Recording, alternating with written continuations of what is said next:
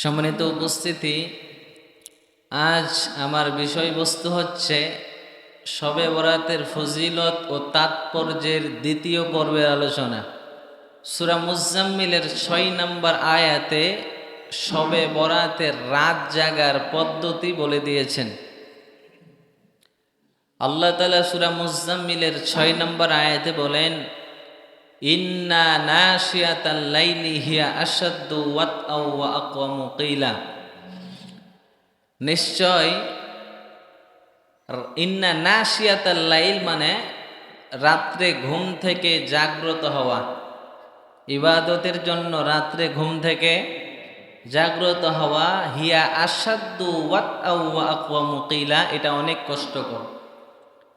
কারণ রাতের বেলা মানুষ যখন ঘুমিয়ে যায়, তার শরীরটা যখন আরাম নেয়, তখন রাতের বেলা ঘুম থেকে উঠতে তার জন্য কষ্টকর হয়ে যায়। আর এটাই আল্লাহ সুবহানাহু ওয়া তাআলা অনেক পছন্দ করেন।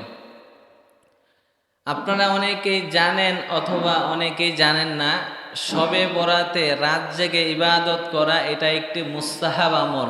কি আমল বলেন? মুস্তাহাব আমল। কিন্তু মুস্তাহাব আমল হলেও এই আমলটা আল্লাহর কাছে অনেক দামি এবং শ্রেষ্ঠ আমল।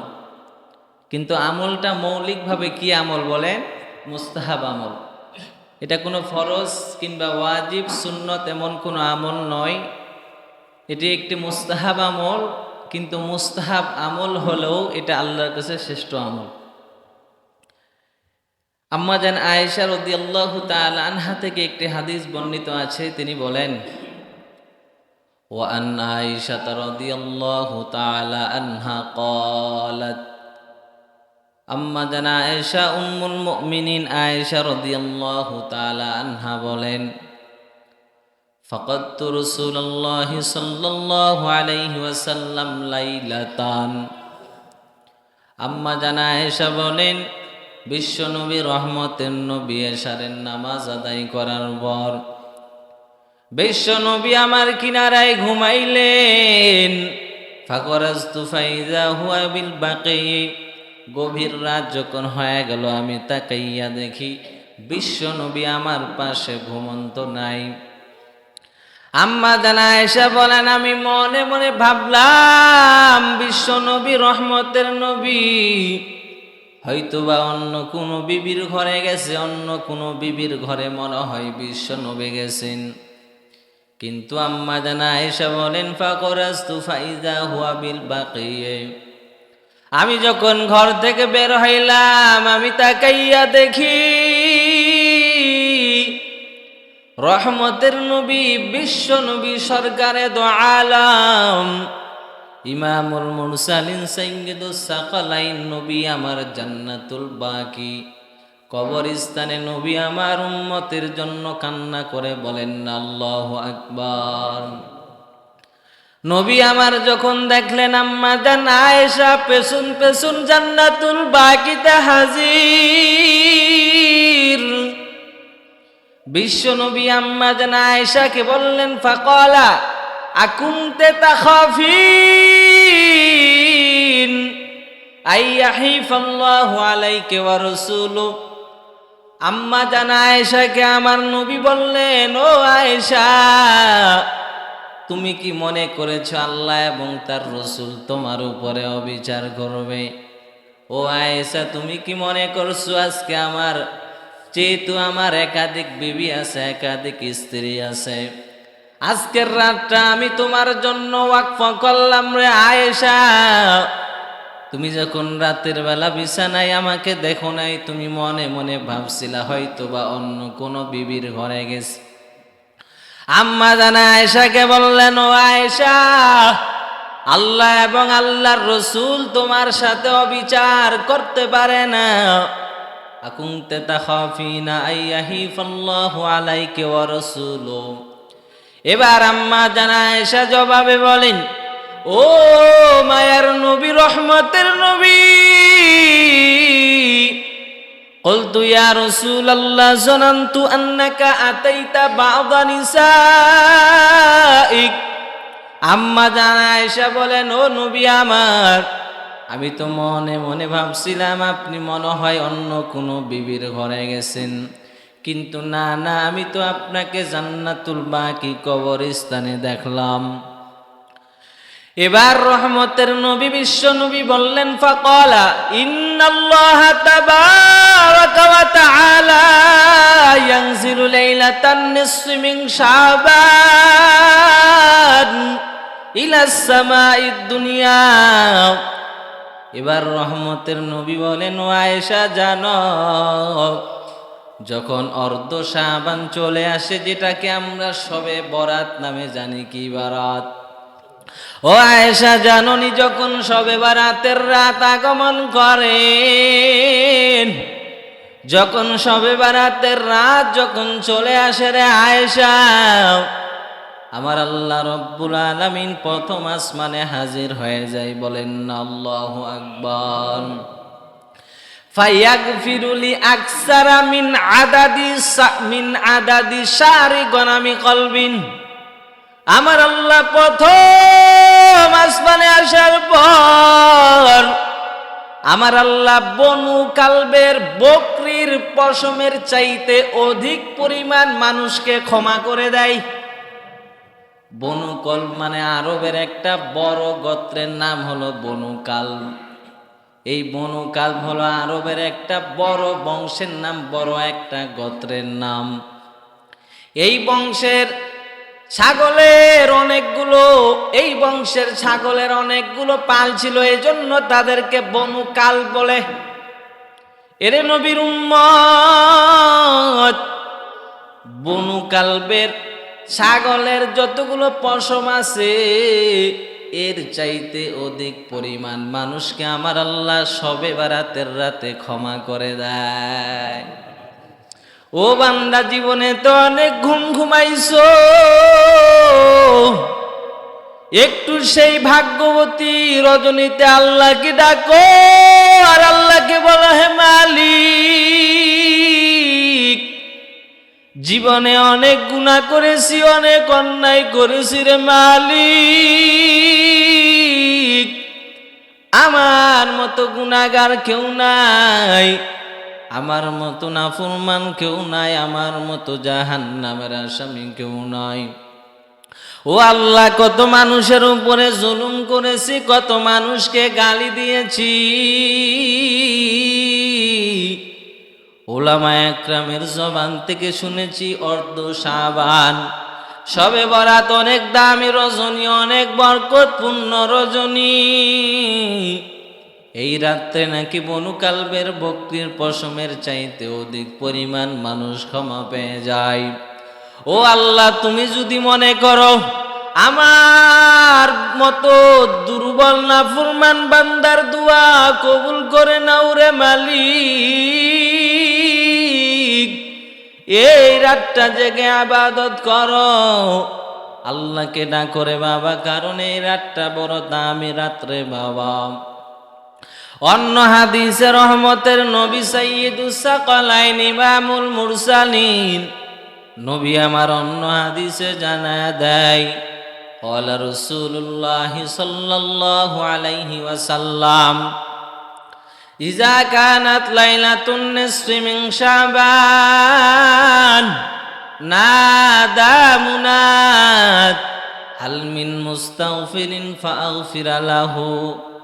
অন্য হাদিসে রহমতের নবী সাইয়্যিদুস সাকালাইন ইমামুল মুরসালিন, সবুজ ভাই গলা টানতেছে কেন দেখেন তো,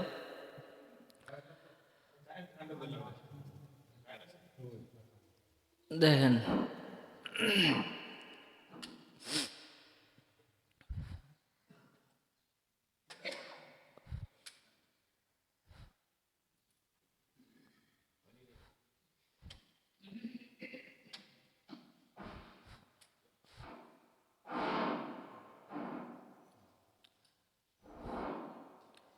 অন্য হাদিসে আল্লাহ নবী রহমতের নবী সাল্লাল্লাহু আলাইহি ওয়াসাল্লাম উম্মতকে বলেন, ক্বালা রাসূলুল্লাহ সাল্লাল্লাহু আলাইহি ওয়াসাল্লাম, রহমতের নবী বলেন, ইযা কানাত লাইলাতুন নিসফি মিন শাবান, যখন শাবানের রাত আগমন করেন, নাদা মুনাদিন, আসমান থেকে একজন ঘোষকেই বলে ঘোষণা দেয়, নাদা মুনাদিন হালমিন মুস্তাগফিরিন ফাআগফির লাহু।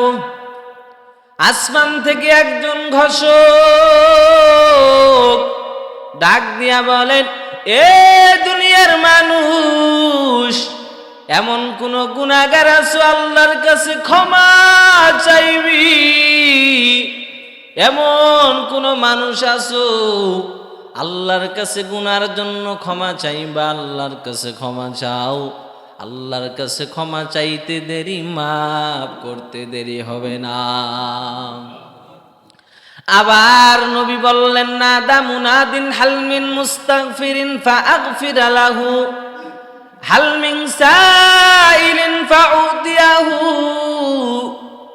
নবী আবার জানায় দেয়, উম্মত, এমন কোন মানুষ আছো অভাবে পড়ছো, আমি আল্লাহকে ডাক দাও। ও বান্দা, আমি আল্লাহকে যদি ডাকো, আমি আল্লাহ তোমার অভাব দূর করে দিব। ও বান্দা, ঋণের মধ্যে পড়িয়া আছো, আমি আল্লাহর কাছে যাও, আমি আল্লাহ তোমার ঋণগুলো পরিশোধ করে দিব। ফালা ইয়াসআলু আহাদুন শাইয়া ইল্লা উতিয়া। ওই রাতের মধ্যে বান্দা আল্লাহর কাছে যা চাই, আমার আল্লাহ ওই রাতে আমার আল্লাহ বান্দাকে তাই দান করবেন। বলেন না সুবহানাল্লাহ। কিন্তু আমার আল্লাহর নবী বলেন, ইল্লা জানিয়াতুন বিফারজিহা আও মুশরিকুন। কিন্তু এই এমন ফজিলতের রাত, দুনিয়ার সব মানুষের দোয়া আমার আল্লাহ কবুল করে নিবেন, কিন্তু দুইজন মানুষের দোয়া আমার আল্লাহ কবুল করবে না। আগের হাদিসে গত জুমায় বলেছিলাম, একজন হলো হিংসুক আর একজন হলো মুশরিক। এই হাদিসে নবী বললেন, একজন হলো জেনাকারিনী নারী, যেই নারী দেহ ব্যবসা করেন টাকার বিনিময়ে, ওই নারীর দোয়া আমার আল্লাহ শবে বরাতের রাতেও কবুল করবে না। অথচ আগের হাদিসেই নবী আমার বলেন, বনু কালবের পশমের চাইতে বেশি মানুষ শবে বরাতের রাতে আমার আল্লাহ মাফ করে দেয়, কিন্তু দুই শ্রেণীর মানুষকে মাফ করবে না। যেই নারী টাকার বিনিময় জেনা করে, টাকার বিনিময় শরীরের ব্যবসা করে, ওই নারীর দোয়া আমার আল্লাহ কবুল করবে না, ওই নারীকে আমার আল্লাহ ক্ষমা করবে না।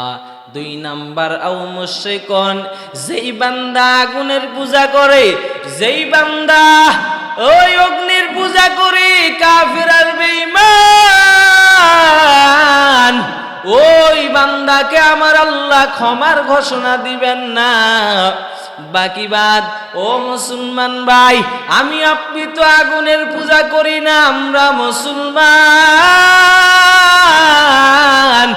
আমরা তো আর নারীরা যারা জেনা করে না, টাকার বিনিময়ে শরীর বিক্রি করে না, এমন নারীর দোয়া আমার আল্লাহ কবুল করবেন। এমন নারীকেও আমার আল্লাহ ওই শবে বরাতের রাত্রিতে ক্ষমা করে দিবেন।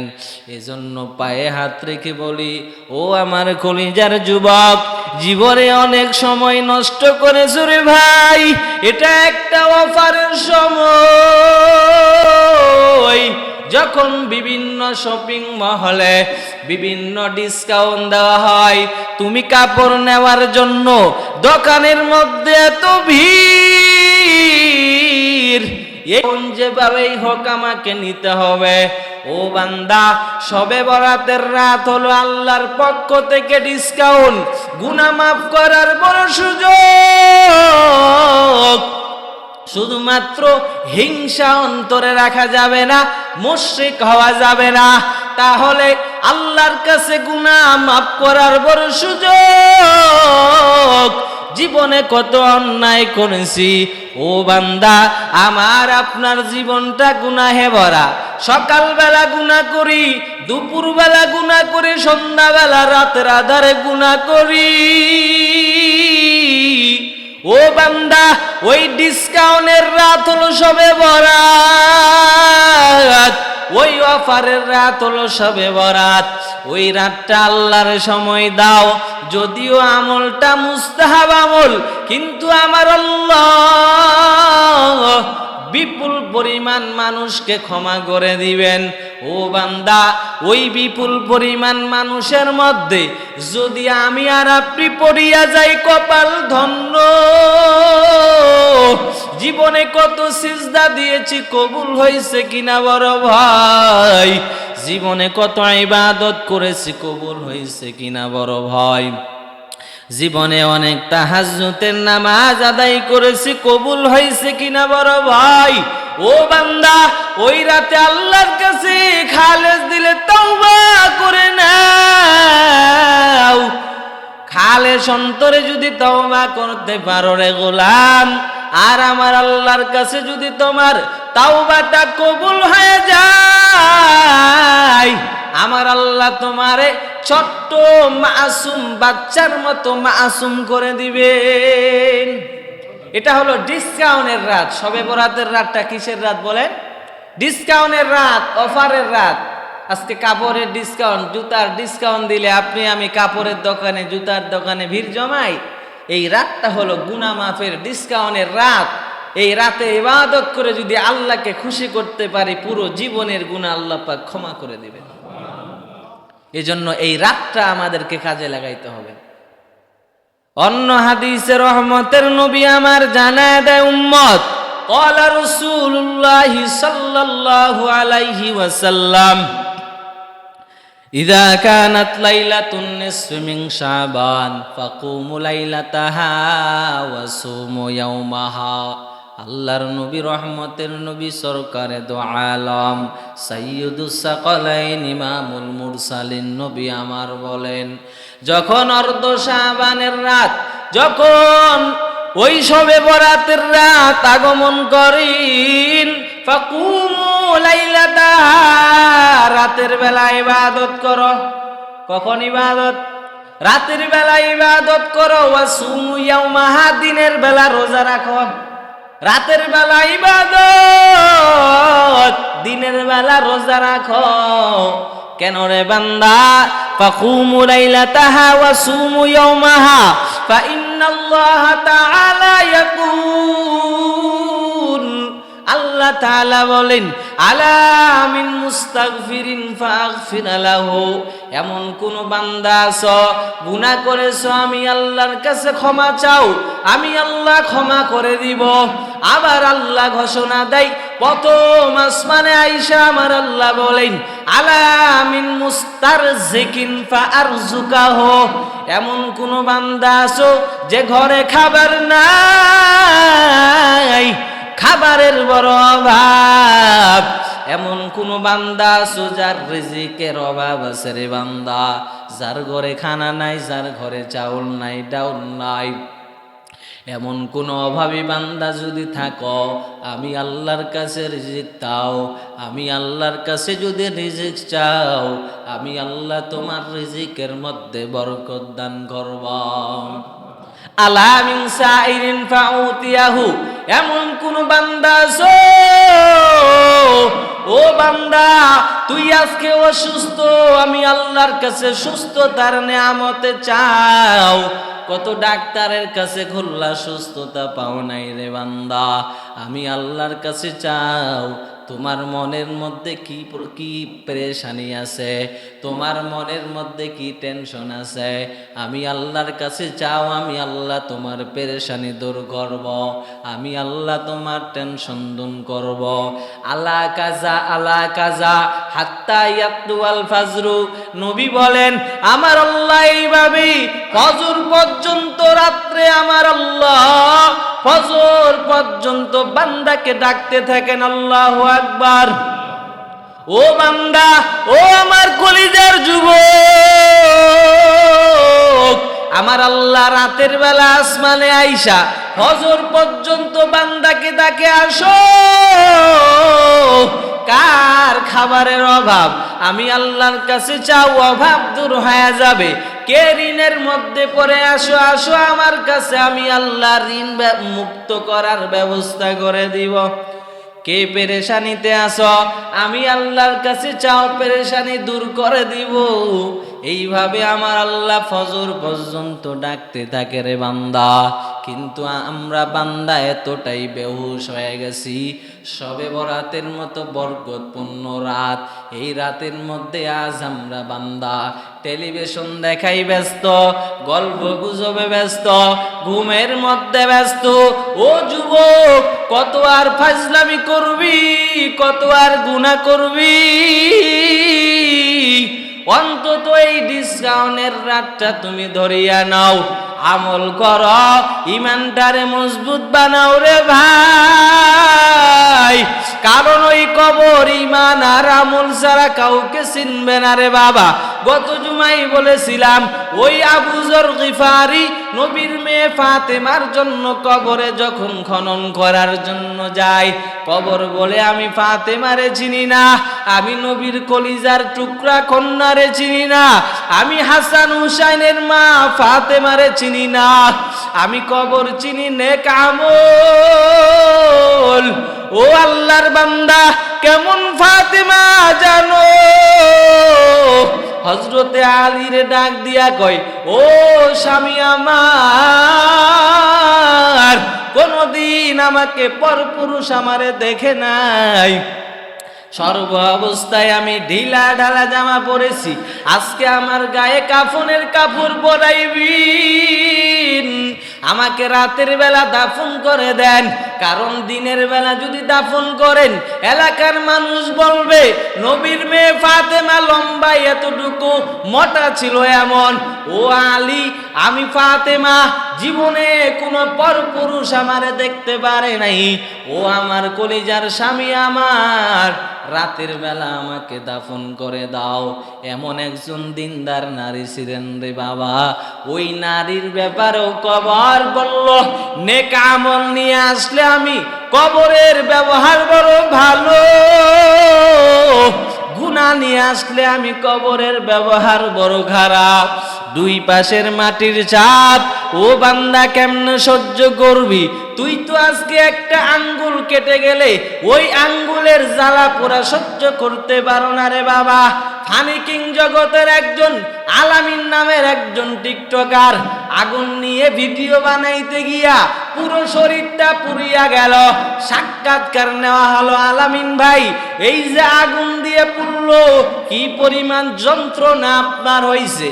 জবাবে বললেন, ভাই ওই কথা মনে পড়লে এখনো ঘুমের মধ্যে লাফাইয়া উঠি। ও বাবা, অথচ এটা দুনিয়ার সামান্য আগুন ছিল রে বাবা।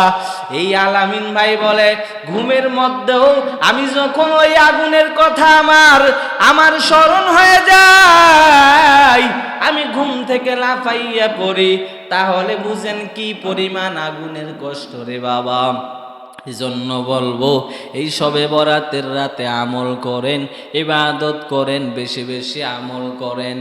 এই রাতে ইবাদত করতে আমরা প্রস্তুত আছি না নাই?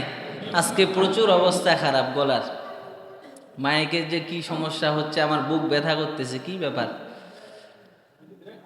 কথা বলতে কষ্ট হচ্ছে, সাউন্ডও মনে হয় কম হচ্ছে মাইকটা। হ্যাঁ, ঠিক আছে, মানে আমার কষ্ট হচ্ছে, আপনাদের সুবিধা হচ্ছে আর কি। আচ্ছা, যাই হোক, তাহলে এই রাতে আমরা কি করব? ইবাদত করব। আল্লাহ রসুল বললেন, আলা মিন মুস্তারজিকিন, এমন কোনো বান্দা আছে যে রিজিকের অভাবে খানা খাইতে পারে না, আমি আল্লাহ তাআলা তাকে রিজিক দিব। এইভাবে কি পর্যন্ত দেখতে থাকে? ফজর পর্যন্ত। এখন কথা হলো, রাত জাগার পদ্ধতি কি? বিখ্যাত তাবি নুজাইম মিশরি, নাম কি বলেন? নুজাইম মিশরি, তিনি বলেন, মা'আনাল কিয়াম আইয়াকুনা মুস্তাগিলান মু'যামাল লাইলি বিতাআতিন ওয়া কিলা বিসাআতিন মিনহু। অনেক মানুষ মনে করে যে শবে বরাতের রাত কি না কি ইবাদত করতে হবে, রাকাত কয় রাকাত পড়তে হবে, বা এক রাকাতে কতগুলো কি সূরা পড়তে হবে, জানেই না, যাবই না মসজিদ। এমন মানুষ আছে না নেই? কোনো নিয়ম কানুন নেই। মা'আনাল কিয়াম, রাত জাগার পদ্ধতি হলো আইয়াকুনা মুস্তাগিলান মু'যামাল লাইল, কিছু রাত্র অথবা রাতের বেশিরভাগ অথবা কিছু সময়, রাত আছে না, এই রাতের বেশি সময় অথবা কিছু সময় ইয়াকরাউল কুরআন, কেউ কোরআন তিলাওয়াত করবে, আও ইয়াসমাউল কুরআন, অথবা কেউ কোরআন তিলাওয়াত শুনবে। কথা বুঝিয়েন আমলের নিয়মটা কি? কোরআন তিলাওয়াত শুনবেন অথবা কোরআন তিলাওয়াত করবেন। রাতের কিছু সময় আও ইসাব্বিহু, তাসবিহ তাহলিল পড়বেন, সুবহানাল্লাহি ওয়া বিহামদিহি, সুবহানাল্লাহ আলহামদুলিল্লাহ লা ইলাহা ইল্লাল্লাহ আস্তাগফিরুল্লাহ, যেগুলো তাসবিহ আছে এই তাসবিহগুলো বেশি বেশি পড়বেন। অথবা আও ইউসাল্লি আলা নবী সাল্লাল্লাহু আলাইহি ওয়াসাল্লাম, অথবা নবীর উপরে বেশি বেশি দুরূদ শরীফ পড়বেন, সাল্লাল্লাহু আলাইহি ওয়াসাল্লাম, সাল্লাল্লাহু আলাইহি ওয়াসাল্লাম, সাল্লাল্লাহু আলাইহি ওয়াসাল্লাম। মানে রাতটা যে নামাজেই পড়তে হবে, আর কোনো আমল করা যাবে না এমনটা না। মন চাইলে কোরআন শরীফ পড়বেন, মন চাইলে 4 রাকাত নামাজ পড়বেন, মন চাইলে বসে বসে জিকির করবেন, হ্যাঁ, অথবা কিছু সময় ঘুমাবেন। ওই যে আমি আয়াত তিলাওয়াত করলাম, ইন্না নাশিয়াতাল লাইলি হিয়া আশাদ্দু ওয়াতআ ওয়া আকামু কিলা, কিছু রাত ঘুমাই শেষ রাতে জাগা, এটা আল্লাহর কাছে সবচাইতে প্রিয়। কারণ রাতটা জাগা একটা মানুষের জন্য কিছুই না। মানুষ আজকে খবর আর টেলিভিশন দেখতে দেখতে রাত 2টা বাজাই দেয়, মোবাইল টিপতে টিপতে ফেসবুক দেখতে দেখতে রাত 3টা বাজে দেয়। তো রাত জাগা তাদের জন্য কোনো ব্যাপার না। কিন্তু রাত্রে 10টা বাজে ঘুমায় গিয়ে রাত 3টার দিক ঘুম থেকে উঠা, এটা কষ্টকর। কষ্টকর না? এমনি রাত জাগা কিন্তু মানুষের জন্য কোনো ব্যাপার না, কিন্তু ঘুমায় গিয়ে গভীর রাতে এত আরামের ঘুম ফালাইয়া, লেপ কম্বল ফালাইয়া ঠান্ডার মধ্যে উঠে ইবাদত করা, এটা কষ্টকর। আর হাদিসের এই আয়াতের মধ্যে আল্লাহ বলছেন ওই কষ্টকর রাতটাই আল্লাহর কাছে প্রিয় এবং শ্রেষ্ঠ। প্রচুর বুক ব্যথা, একটু ঠিকঠাক করেন। তো এবার আসেন, এটা একটা গেল। আরেকটা হলো যে যেহেতু এই আমলটা আমাদের জন্য মুস্তাহাব আমল। কি আমল বলেন? শবে বরাতের আমলটা মুস্তাহাব আমল না? এই মুস্তাহাব আমলের নিয়ম কেউ কেউ আবার কি বলেছেন জানেন? ওয়ায়ুকরাহুল ইজতিমাউ আলা ইহয়াই লাইলাতিন মিন হাযিহিল লায়ালি ফিল মাসাজিদ। কোন কোন মুহাদ্দিসগণ বলেছেন যে শবে বরাতের রাতে মসজিদে একত্রিত হওয়াও মাকরুহ। কি বুঝলেন? শবে বরাতের রাতে যেহেতু একটা মুস্তাহাব আমল, পার্সোনাল আমল, বাড়িতে চাইলেও পড়তে পারে, মসজিদে আসতে হবে এমন কোনো কথা না। কিছু বুঝলেন? শবে বরাত যেহেতু মুস্তাহাব আমল, মসজিদে আসতে হবে, মাইকে ডাকাডাকি করা, কাউকে জোর করে নিয়ে আসা, এই যাইতেই হবে, এরকম কোনো কথা নেই। এজন্য অনেক মুহাদ্দিসিনে কিরাম বলেন ওয়ায়ুকরাহুল ইজতিমাউ আলা ইহয়াই লাইলাতিন মিন হাযিহিল লায়ালি ফিল মাসাজিদ। কেউ কেউ বলেছেন, সবাই আবার না, কোন কোন মুহাদ্দিসিনে কিরাম বলেছেন যে মসজিদে একত্রিত হওয়া বেদাতের জন্য বলেছেন যে মসজিদে যখন 10 জন একত্রিত হয়, যদি আলেম ওলামা না থাকে তাহলে সেখানে ফিতনা হওয়ার সম্ভাবনা আছে না নেই? 10 জন 10 জনের কথা বলবে কিনা, যে এই আমলটা কর, তুই এটা কর, 10 বার কুল হো, 10 বার অমুক, 10 বার এরকম ভুলভাল কিছু দেয় কিনা, বেদাতে লিপ্ত হওয়ার সম্ভাবনা আছে না নেই? কিন্তু ঢালাওভাবে মাইকিং করে মানুষ আনার প্রয়োজন নেই। ইবাদত একাগ্রতা এটা নিজের কাছে। ইবাদত কার কাছে? নিজের কাছে। নিজেই আগ্রহ করে আসতে হবে। আপনার কবরে আরেকজন যাবে না, আপনিও আরেকজনের কবরে যাবে না। আপনার প্রশ্নের জবাব আরেকজন দিবে না, আপনিও আরেকজনের প্রশ্নের জবাব দিবেন না। এটা একটা পয়েন্ট গেল। আরেকটা পয়েন্ট হলো যে শবে বরাতের সাথে হালুয়া রুটির কি সম্পর্ক? আছেনি সম্পর্ক?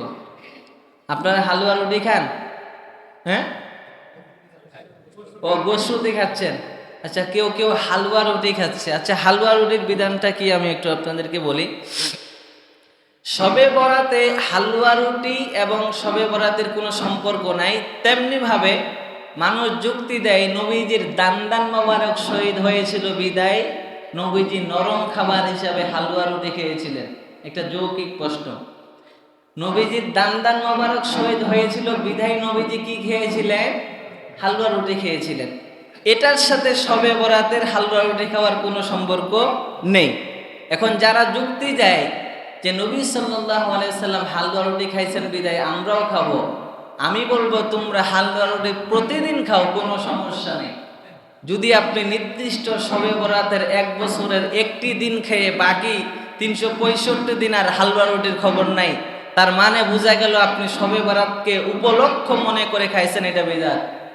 হালুয়া রুটি আজকে খান, কালকে খান, পরশু খান, প্রতিদিন খান না, আপনাকে নিষেধ করছে কে?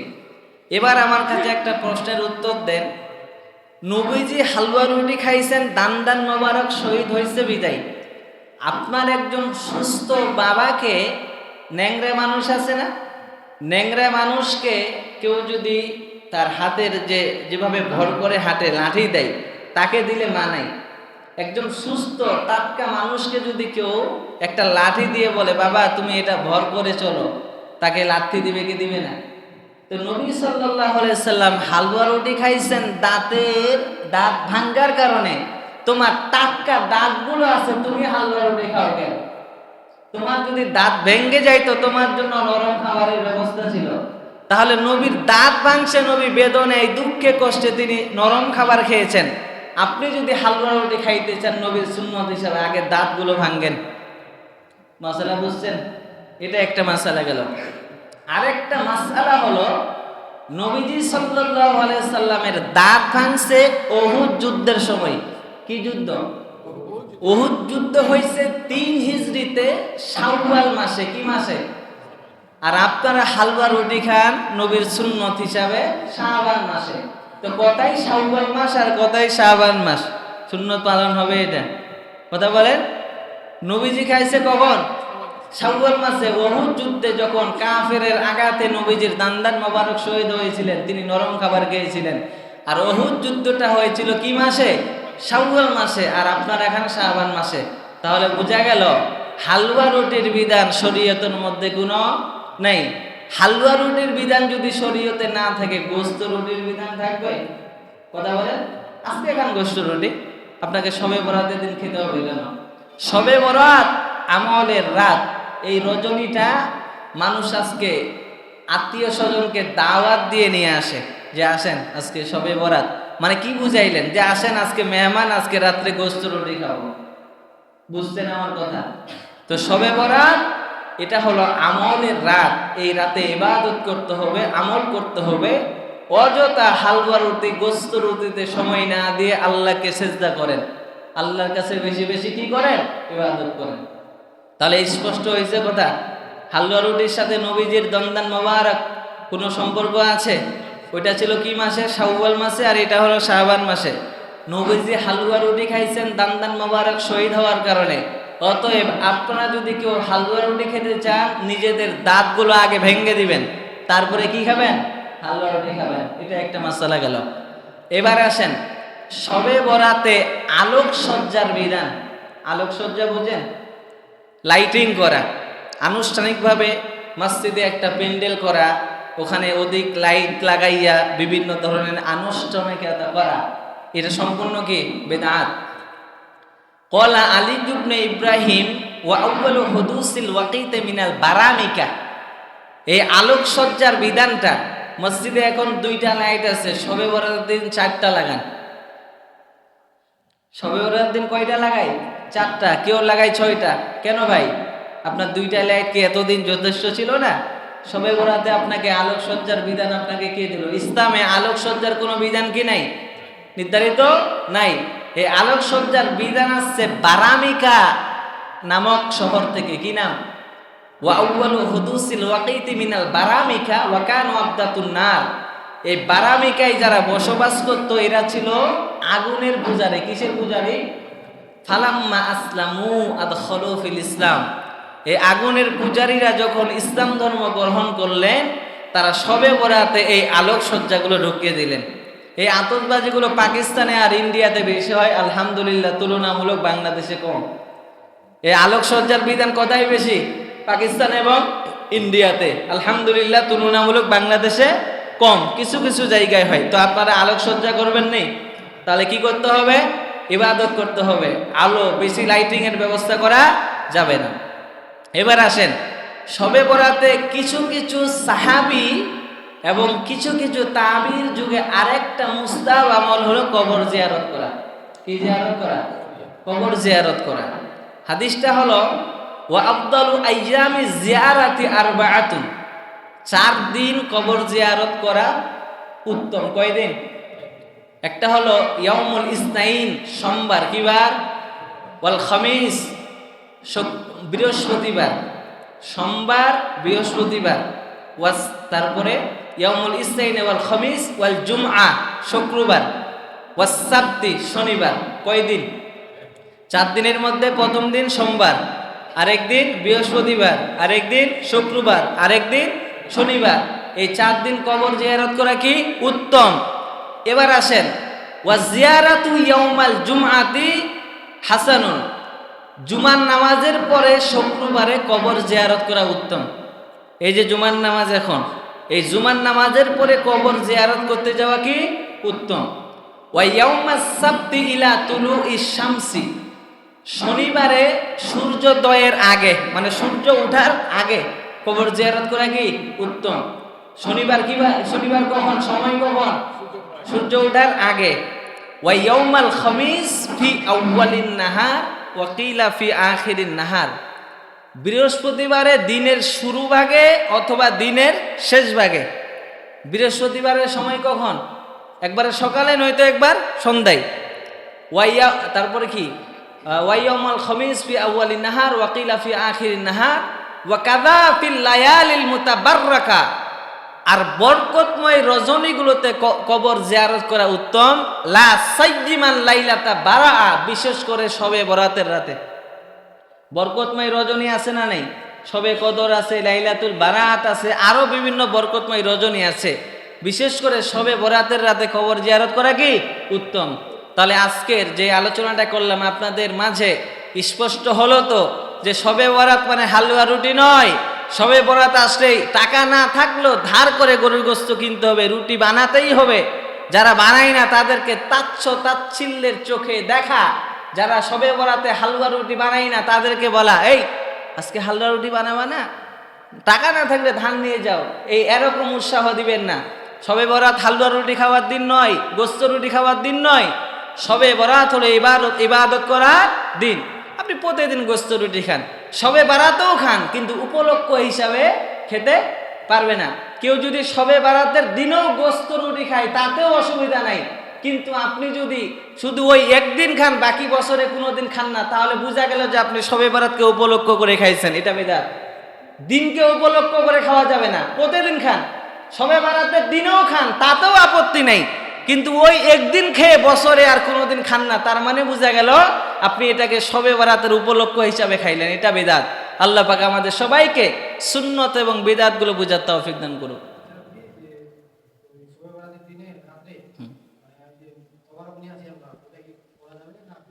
এমনি যদি বাপ মার জন্য আপনারা নিয়ে আসেন ভালো, আলহামদুলিল্লাহ। আসলে ইবাদতের রাত তো শুরু হয় আপনার তাহাজ্জুদের আগ থেকে।